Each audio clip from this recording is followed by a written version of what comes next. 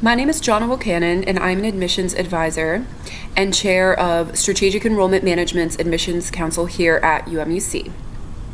Today I'm going to present some data from some findings from a recent survey I conducted about what goes into a decision for choosing an online school. So here's the initial information about the survey. Participants were asked a series of questions related to their online graduate studies. Each participant is in or has done an online graduate program. The survey was conducted through several mediums. Some participants gave the answers over the phone, some did a Google form, and some did pencil paper response. At the end of the survey, all answers were run through the Google form to streamline the collection of data.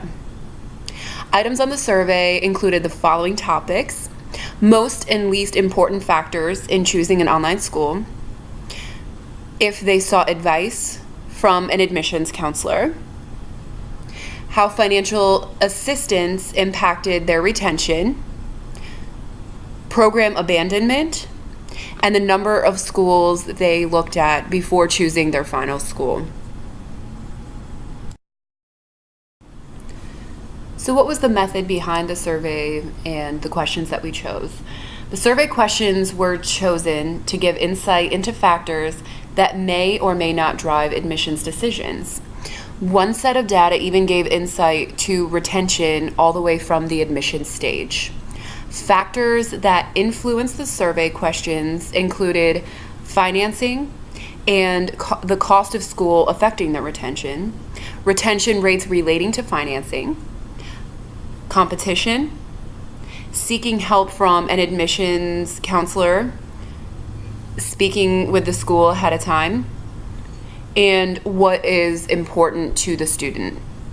As an admissions advisor, these topics here are always topics that we want to find out during the initial consultation stage with a student, as all factors help determine if they are the right fit for the school, if they are going to or if they should apply, if they will stay in school, and if there is competition. So let's now take a look at the results, and from the results, let's talk about how we can put this data into action.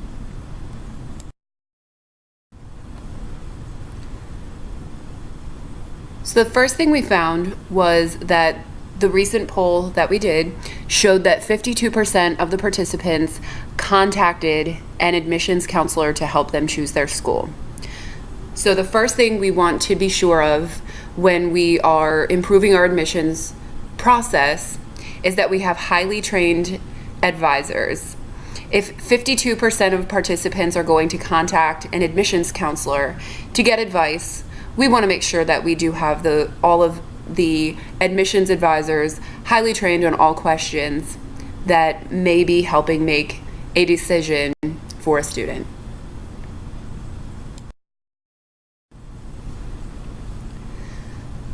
The next part of the data showed that in comparison with many different topics, students were more concerned with the reputation of the school than even if it's affordable. So what we concluded for this is that your brand matters.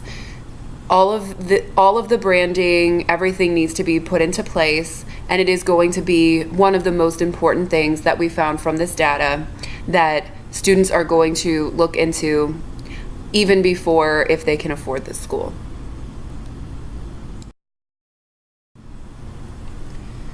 So each student is in the admissions stage. So every student has the motivation to start school. But what is it that's in their future? This is something we want to find out in the initial consultation process, because most students that were polled said that a life event would be the most common reason to abandon their studies.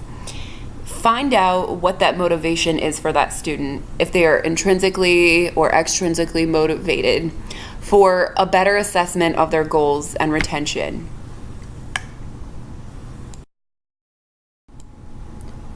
Of all of the participants, an average of 3 schools was what the data showed that students looked at before making their final decision. It's important that you know your competition and you look around and you make sure that you are ahead of and current with all of the different competition that's going to be out there to help your admissions process while these prospective students are choosing their final school. Find out why the student is looking into other options. Our final piece is the financing.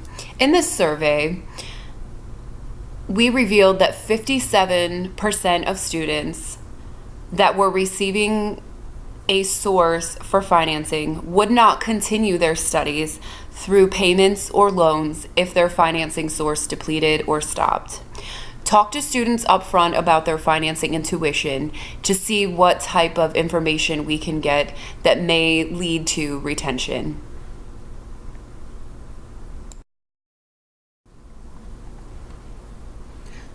The graphs here show some of the information we had discussed in these 5 improvement points for our admissions process.